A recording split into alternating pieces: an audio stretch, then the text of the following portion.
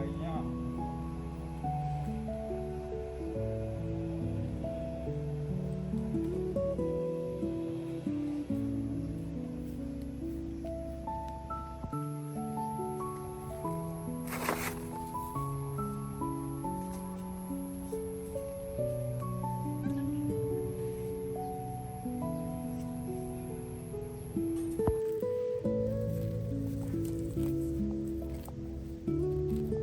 Ba cây cà, 4 cây cà. Bobby được mấy cây cà này? Được mấy cây cà này?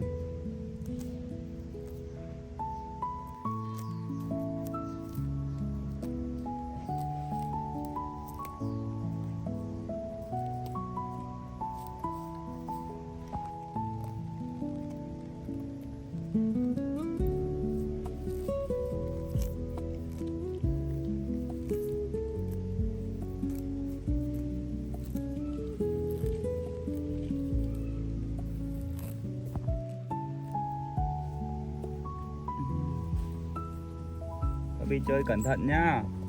Chơi đây cẩn thận đấy, không có lại ngã nhá.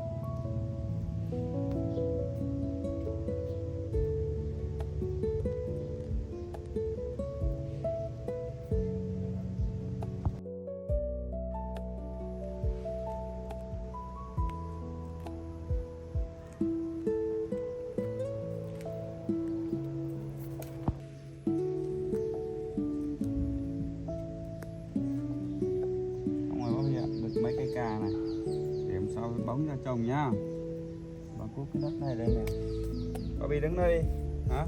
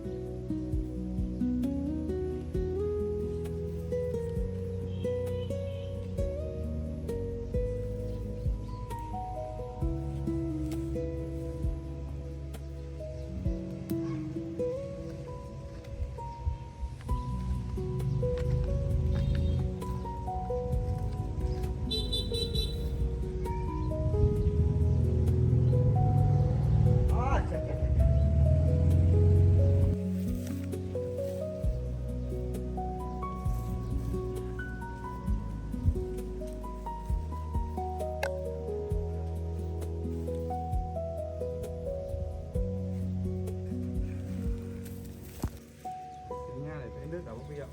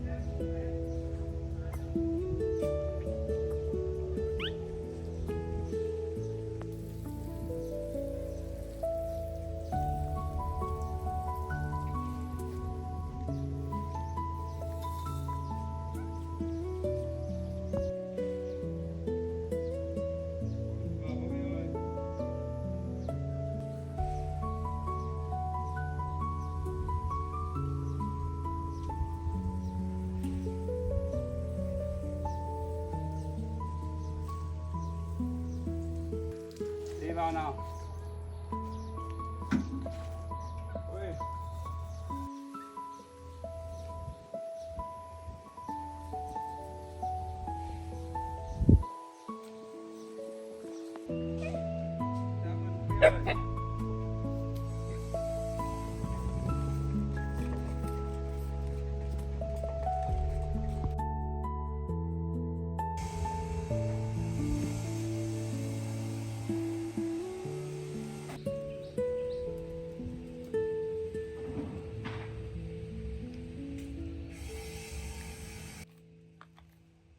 Biết này chết rồi.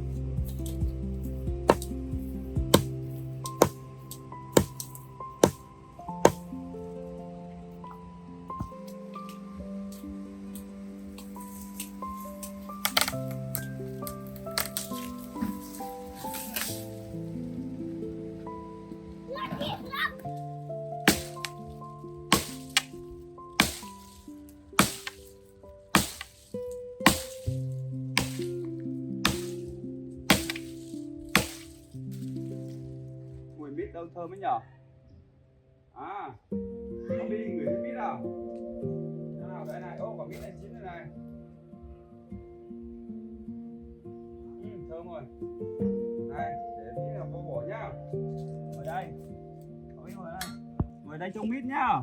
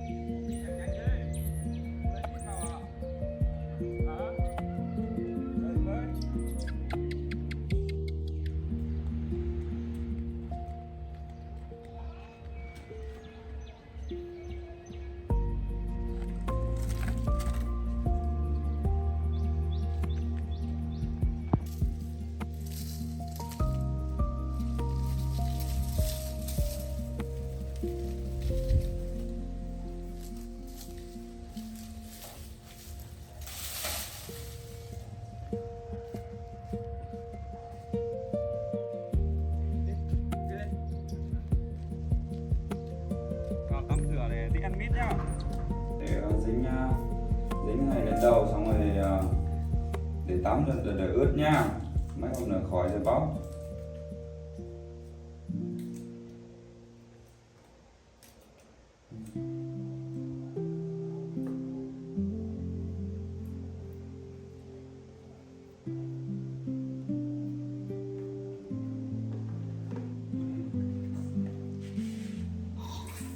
Các bạn ngồi im để tắm mát nha, tắm sạch sẽ đi rồi vào phòng để ăn. Thật mà ướt cái băng này.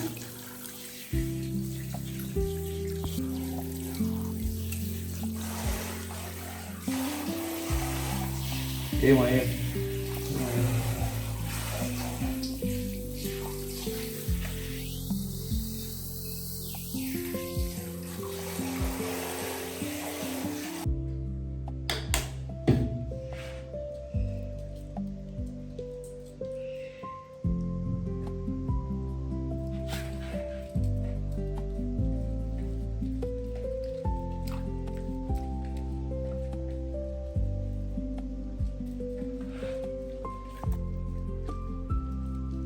Tắm rửa sạch đi để vào ăn nhá.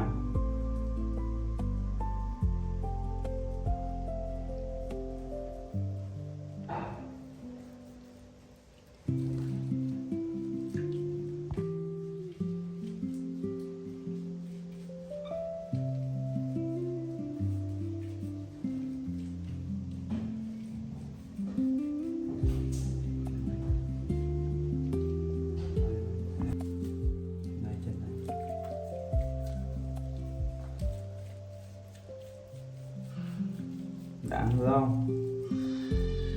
Đây.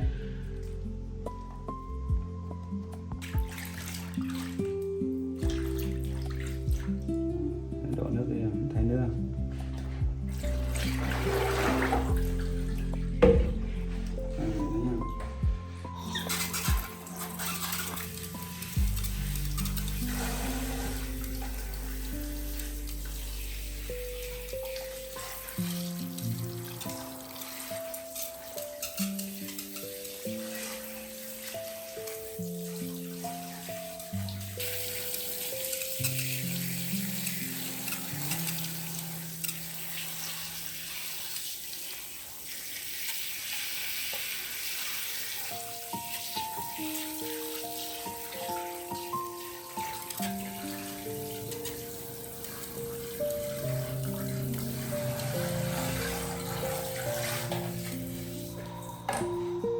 Yeah,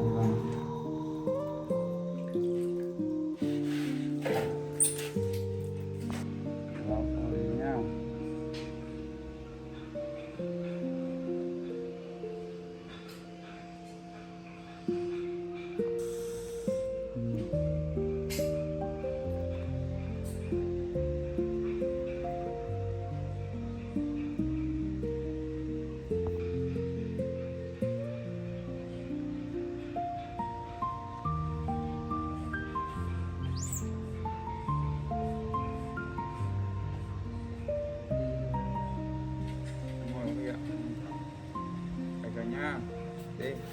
Đi ăn nào. Rửa sạch thuốc nhá.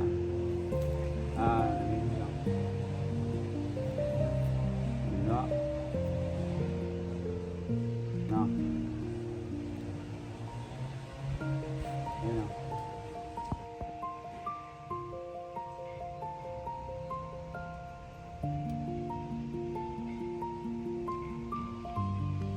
Em nữa bây giờ em để lau nào.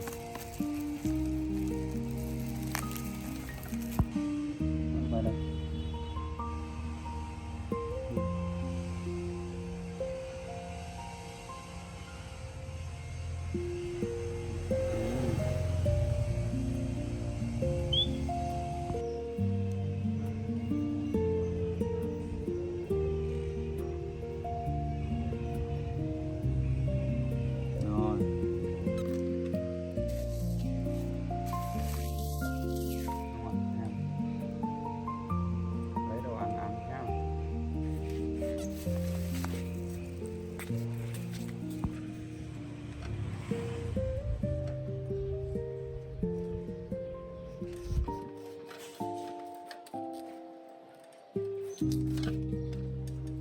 Ôi ơi, mít nào.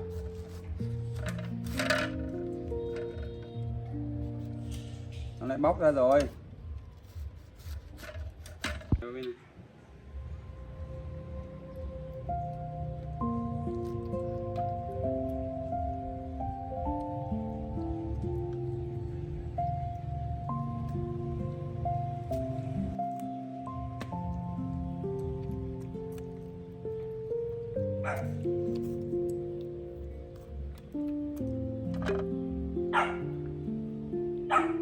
Này.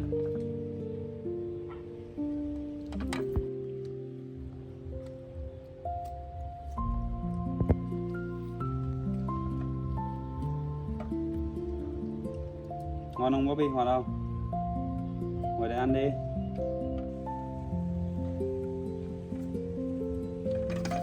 Ngồi im đấy, ăn đi.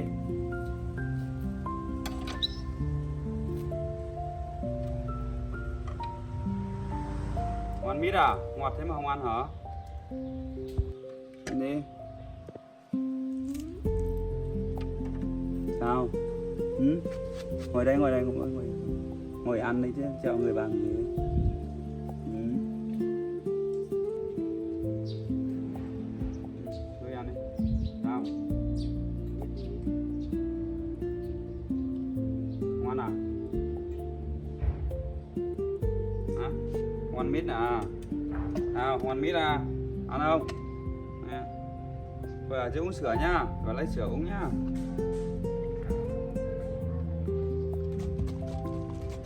Cắm nhá. Bây lên đây uống này. Đây. Đây uống. Lấy cầm lại. Ê, đừng có lôi ra. Không ăn mít à mà uống sữa thôi hả? Cắm xịt xuống.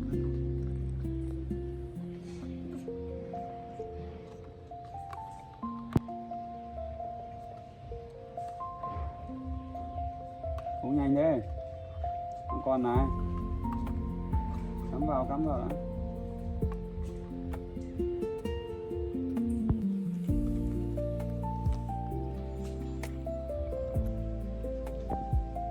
Bobby không ăn mít thì uống sữa hả?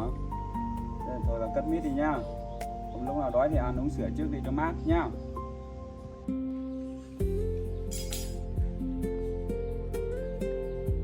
Ngọt không?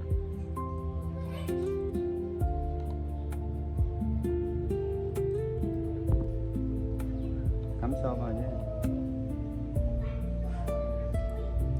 Uống đi đang con này. Uống đi. Uống nào không? Đang còn nhiều lắm.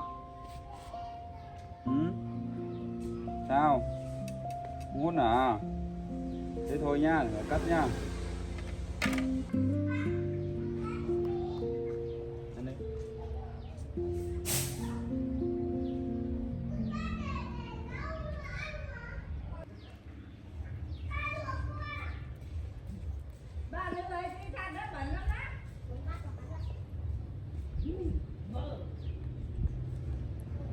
Ăn đi.